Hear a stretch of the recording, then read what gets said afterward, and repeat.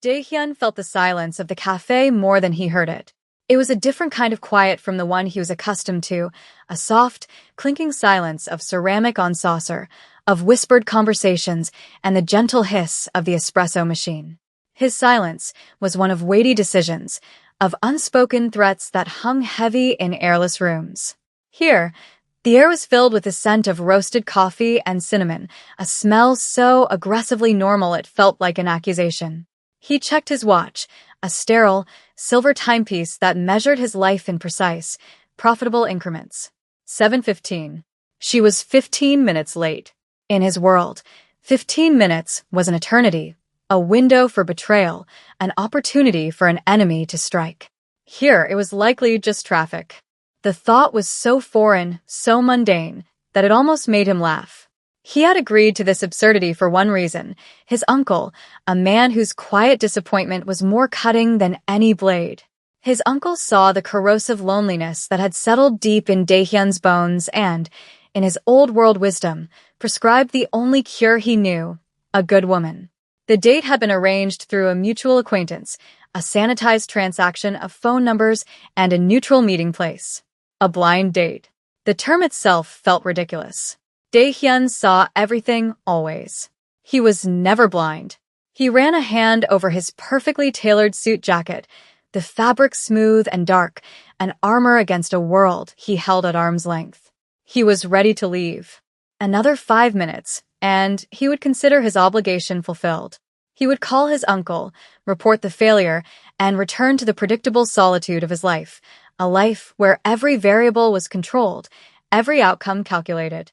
The clatter of cutlery and the low murmur of other patrons faded into a dull hum, the soundtrack to his own isolation. Just as he made the decision to stand, a small voice cut through the noise, clear as a bell. A little girl, no older than 10, stood by his table. She was wearing a light pink dress that seemed to absorb and soften the cafe's dim lighting, making her a small beacon of warmth in the polished mahogany and cool leatherette. Her hair was braided in intricate patterns, and she clutched a worn, plush rabbit in one hand. She looked at him with wide, curious brown eyes, entirely unafraid. Dae-hyun froze. Children were not a part of his world. They were abstract concepts, symbols of a life he would never have, existing only in the periphery of his vision, in parks he drove past, in commercials on screens he ignored. This one, however, was very real and standing far too close. He scanned the room out of pure instinct, his mind cataloging exits, threats, and angles. But there was no threat here, only this small, impossible person looking up at him. He had no protocol for this. His mind, a finely tuned machine for risk assessment and strategy, went completely blank. She took another step forward, her small shoes scuffing softly on the wooden floor. She cleared her throat, a serious, formal little sound that was utterly comical. Dae-hyun remained perfectly still, a statue in a suit, his face an unreadable mask of calm that concealed a maelstrom of confusion. He had faced down men who would kill for a fraction of what he controlled, and he had never felt a single tremor of fear.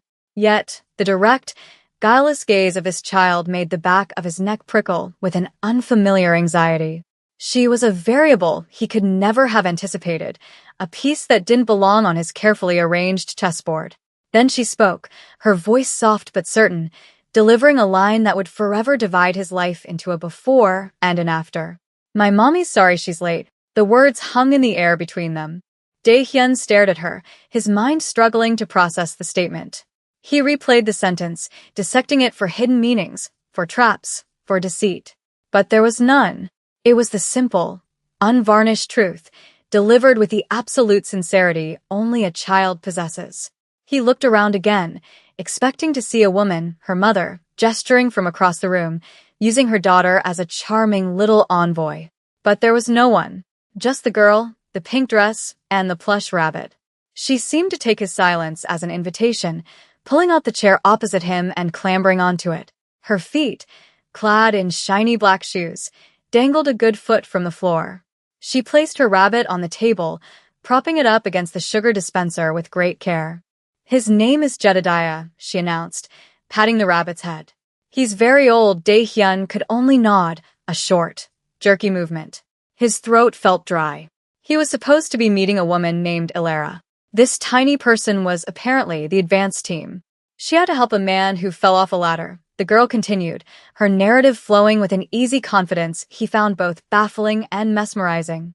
He broke his arm in 2 places. It was very bendy in a way it's not supposed to be, she demonstrated with her own arm, making a face of mild disgust. A flicker of something, humor, perhaps, stirred in Dae-hyun's chest, a strange and unwelcome sensation. He was still calculating, still assessing. Was this a setup? A distraction? But the sheer, unadulterated innocence radiating from the child was a more formidable defense than any bodyguard. No one could fake this. No one could weaponize this level of guileless charm. He was completely disarmed. Just then, a woman rushed through the door of the cafe, her eyes scanning the room with a frantic energy. She was wearing a simple beige dress, and her face was a canvas of stress and apology. Her eyes landed on her daughter, sitting opposite a man who looked like he had been carved from granite, and for a terrifying second, her heart stopped. Ilera's breath caught in her chest as she hurried toward the table, a torrent of apologies already forming on her lips. Zoe. What are you doing? You were supposed to wait for me by the door. Her voice was a mixture of relief and stern admonishment. She looked from her daughter's unconcerned face to the man's impassive one. He was handsome in a severe, intimidating way, his dark hair perfectly styled, his suit looking more expensive than her car. His eyes, dark and watchful, held a stillness that was deeply unsettling. He looked less like a man on a blind date and more like a predator observing its prey. A wave of maternal fear washed over her. I am so sorry, she said, her words tumbling out in a rush as she reached the table. The ER was a disaster, and then my babysitter canceled last minute, and I told her to wait. I can't believe she just came over here. The man, Dae-hyun, simply raised a hand, a small, economical gesture that nonetheless commanded the chaos to cease. It's fine, he said. His voice was low and smooth, a low rumble that seemed to vibrate in the air. She was explaining about the man with the bendy arm. Zoe beamed. See, Mommy? He's not mad. I told you he had a nice face, just a little grumpy. Ilera felt a blush creep up her neck. Zoe, you don't say that to people. She turned back to Dae-hyun, her expression mortified. Again, I am so sorry. We can just go. I've already ruined this. She started to gather Zoe, but the little girl stubbornly held her ground, her small hands gripping the edge of the table. To Ilera's complete astonishment, Dae-hyun spoke again. Sit down, he said.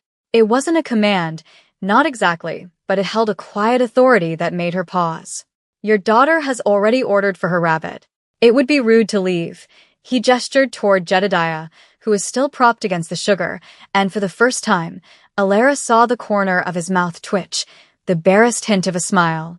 The tension in her shoulders eased by a fraction. She sank into the chair beside Zoe, her purse clattering onto the table. The 3 of them sat in a profoundly awkward silence, a tableau of the world's most unlikely dinner party, the tired nurse, the stoic mystery man, and the 10-year-old diplomat in a pink dress. The waitress, a young woman with a kind smile, seemed unfazed by this strange scene. She appeared at their table, her notepad ready. Can I get you folks something to drink? Dae-hyun looked at Zoe, a silent question in his eyes. A hot chocolate, please, Zoe said immediately, her voice full of hope. With whipped cream. And sprinkles. Jedediah wants one too, but he's not allowed sugar after 6-inch. Ilera opened her mouth to object. It was too late for that much sugar, but Dae-hyun had already turned to the waitress.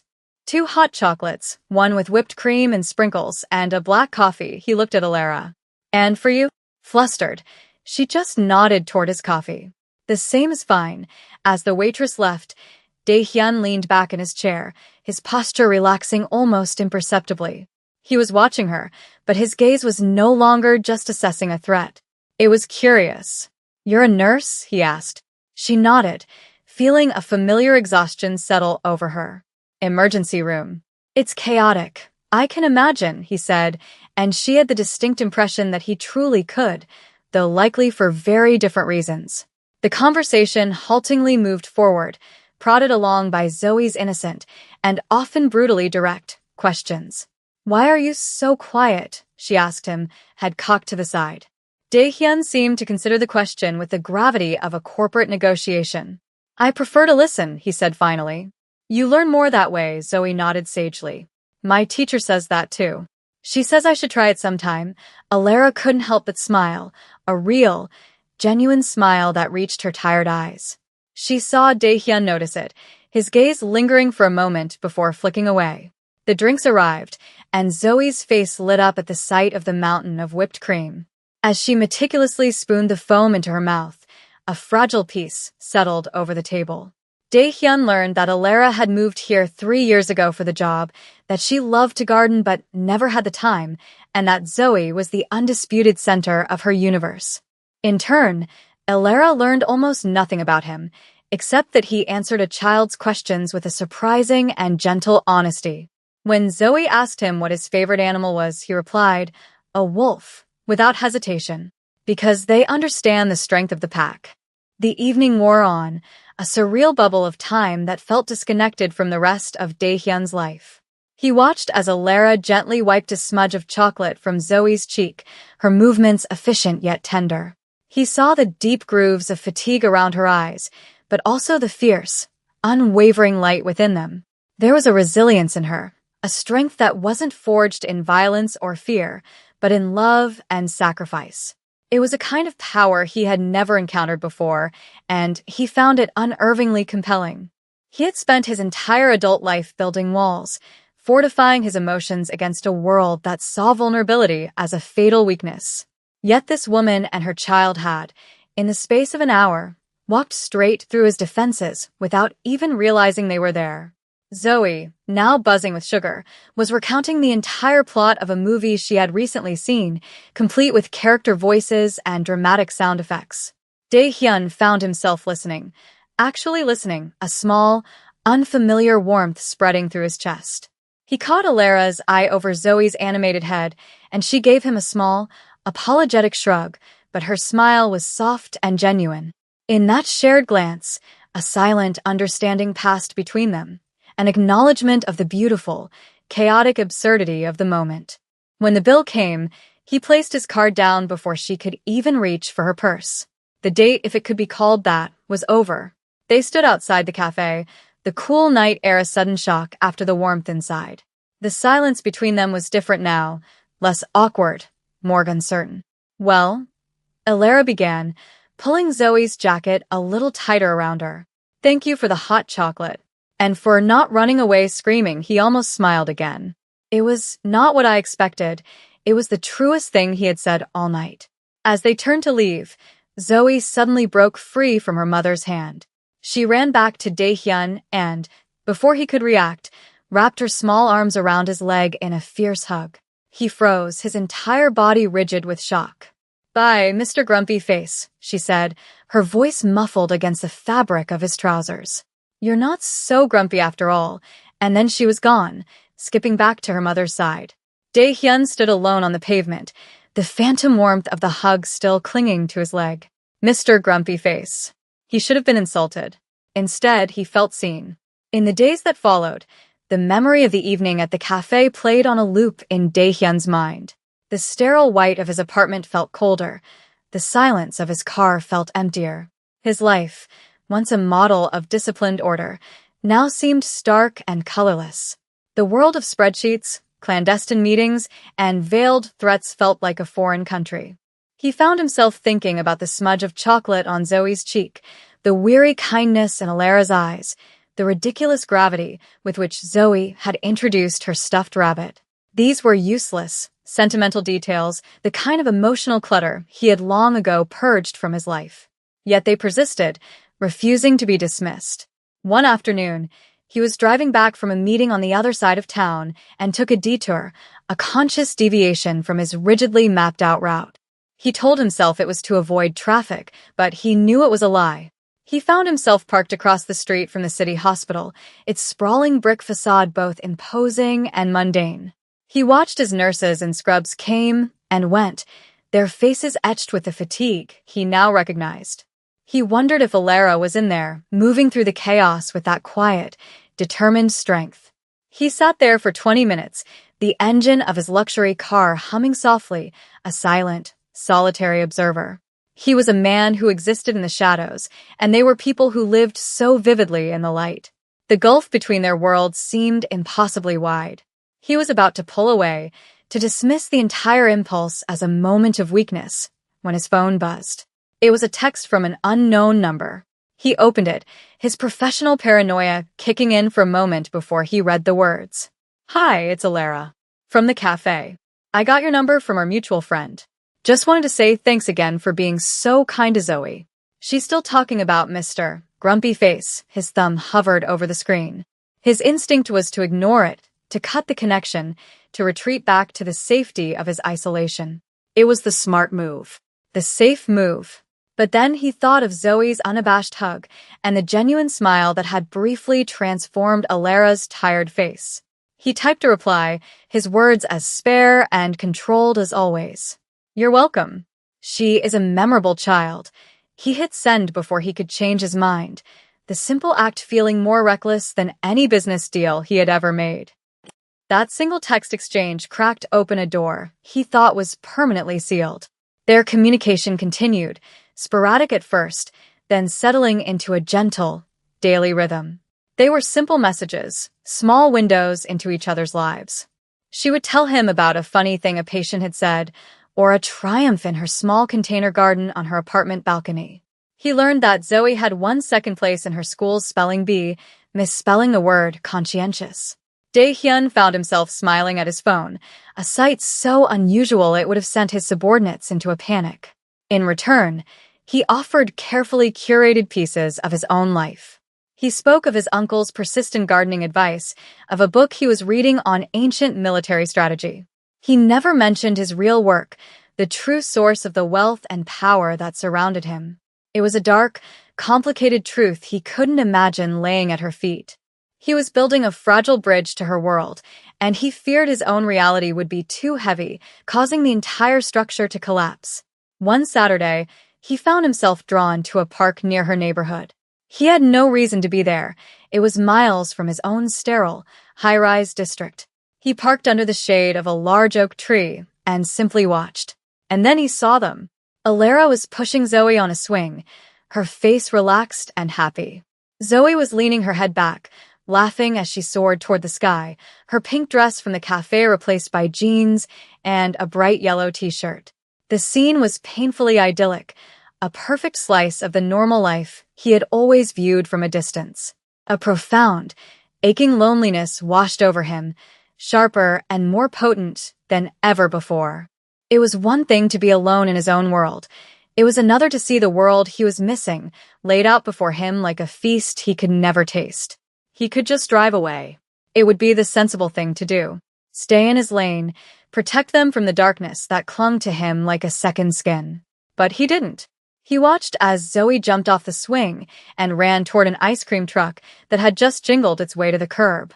He saw Alara sigh, checking her wallet. And in that moment, Dae-hyun made a decision. He turned off the engine, opened the car door, and stepped out into the sunlight. His presence changed the atmosphere of the playground. A few mothers glanced over, their expressions shifting from relaxed to wary as they took in the tall, imposing man in a dark, impeccably tailored suit who seemed so utterly out of place. Alara saw him approaching, and her hand instinctively went to Zoe's shoulder, a subtle, protective gesture. But there was no fear in her eyes, only a deep, questioning surprise. Zoe, however, broke into a wide grin. "Mr. Grumpy Face," she yelled, her voice carrying across the park. She ran toward him, all caution thrown to the wind. "Did you come to play on the swings?" He stopped a few feet away from them, feeling more exposed and out of his depth than he had in years. "I was in the neighborhood," he said, the lie sounding thin even to his own ears. His eyes met Alara's. "I saw the ice cream truck." He gestured toward it, then looked at Zoe. "My treat." A short while later, they were sitting on a park bench, an unlikely trio against a cheerful backdrop of laughing children and green grass. Dae-hyun, stiff in his suit, held a rapidly melting vanilla cone. Alara had chosen strawberry, and Zoe was happily demolishing a chocolate cone with rainbow sprinkles. For a long time, they didn't speak, simply eating their ice cream in a comfortable, shared silence. It was Dae-hyun who finally broke it. "My uncle," he began, his voice quiet. He was the one who arranged the meeting. Alara looked at him, her expression soft and encouraging. "He worries," Dae-hyun continued, finding the words surprisingly difficult. "He thinks I'm alone." It was a confession, stripped of all its defenses. He wasn't just a man on a blind date. He was a nephew trying to appease a concerned relative. He was lonely. He hadn't said the word, but it hung in the air between them, as clear as if he had shouted it. Alara nodded slowly, a world of understanding in the simple gesture. "It's hard," she said, her voice gentle. "Doing everything on your own. Sometimes I feel like I'm treading water, just trying to keep Zoe's head and my own above the surface." In that moment, on that simple park bench, they were no longer a mystery man and a harried single mother. They were just two people, sharing a moment of unvarnished truth about the weight they carried. Their connection, forged in the fires of an awkward blind date and solidified over ice cream in a park, began to deepen. It was a slow, cautious process, like two celestial bodies gradually being drawn into each other's orbit. Dae-hyun found himself creating reasons to be in her world. One evening, she sent him a frustrated text about a leaky faucet that was driving her crazy. An hour later, he was at her door, a toolbox in hand. He had never fixed a faucet in his life, but he owned the building's maintenance company, and a single phone call had armed him with a 10-minute tutorial from the city's best plumber. As he worked under her sink, the unfamiliar domesticity of the act felt both strange and deeply satisfying. Zoe sat on the kitchen floor, offering a running commentary and handing him tools he didn't need. Alara watched from the doorway, a look of amused disbelief on her face. "You know," she said, "you are a man of many surprising skills." He just grunted from under the sink, but he felt a warmth that had nothing to do with the hot water pipe. The biggest step came a few weeks later. Zoe was in a school play, a chaotic production about the solar system. She was playing the part of Mars, the red planet, and had 3 lines she had been rehearsing for weeks.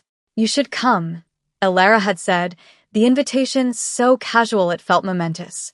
No pressure, of course, on the night of the play. Dae-hyun sat in the back row of the school auditorium, a dark suit in a sea of proud, casually dressed parents. He felt like an anthropologist studying a foreign tribe. But when Zoe walked onto the stage in a lumpy red costume, her face serious with concentration, he felt a surge of something he could only describe as pride. She delivered her lines perfectly, and when she took her bow, her eyes scanned the audience, found his, and lit up with a brilliant smile. He gave her a small, subtle nod, a gesture of acknowledgement that felt more profound than thunderous applause. Later that week, he came over after Alara had finished a grueling double shift. She was asleep on the sofa, still in her scrubs, the television murmuring softly.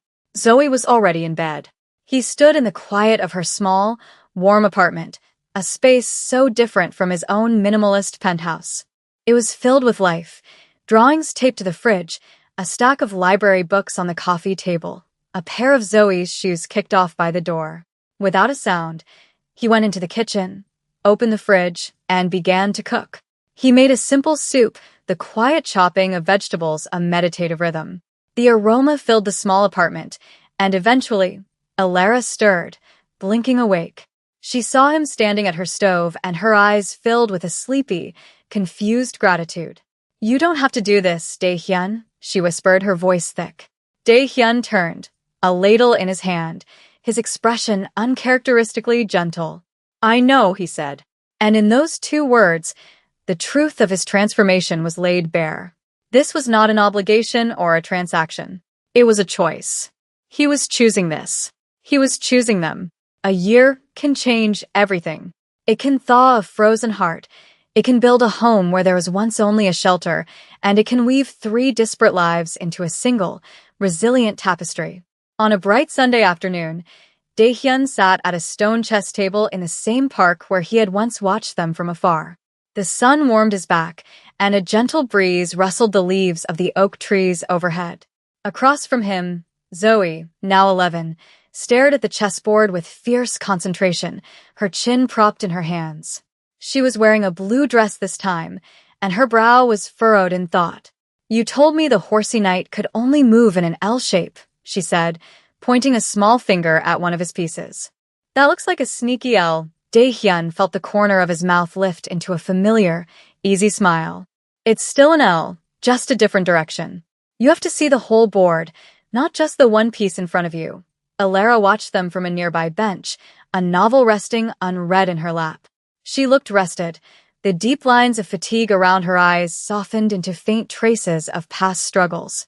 A look of profound, peaceful contentment settled on her features as she observed the man she had once been terrified of patiently explaining the intricate strategies of chess to her daughter. His world had not disappeared. Dae-hyun was still who he was, a man who moved with a quiet power and an innate authority that could be unsettling. But the harsh edges had been worn smooth by love, by laughter, by the simple, grounding act of being needed for something other than his strength or his money. He was learning to live in the light, to find comfort in the mundane, to see strength in vulnerability. He had delegated more, stepped back from the abyss, building a higher wall between his life with them and the life that had once defined him. It was a difficult, precarious balance, but one he walked every day without complaint. Zoe finally made her move, sliding her bishop across the board with a triumphant flourish. "Check," she announced, her grin wide and proud. Dae-hyun looked down at the board, then back at her, feigning a look of shocked surprise. Her laughter echoed through the park, a bright, beautiful sound that had become the new soundtrack to his life. He looked over at Alara, and she met his gaze, her smile saying everything that still sometimes went unsaid between them. He thought back to that night in the cafe, to the empty chair and the profound emptiness in his own soul. He had been a man encased in ice, observing the world through a thick pane of glass. Then, a little girl in a pink dress had walked up to that glass, placed her hand upon it, and refused to believe he was as cold as he seemed. She and her mother hadn't just filled an empty seat at a blind date. They had dismantled his fortress, not with a battering ram, but with a simple, unwavering invitation to come inside. They had shown him that the strongest pack wasn't one bound by fear or duty, but by the quiet, unshakable loyalty of the heart. He moved his king out of check, a simple, defensive maneuver. But in his heart, he knew he had already been captured, and it was the most profound victory of his life.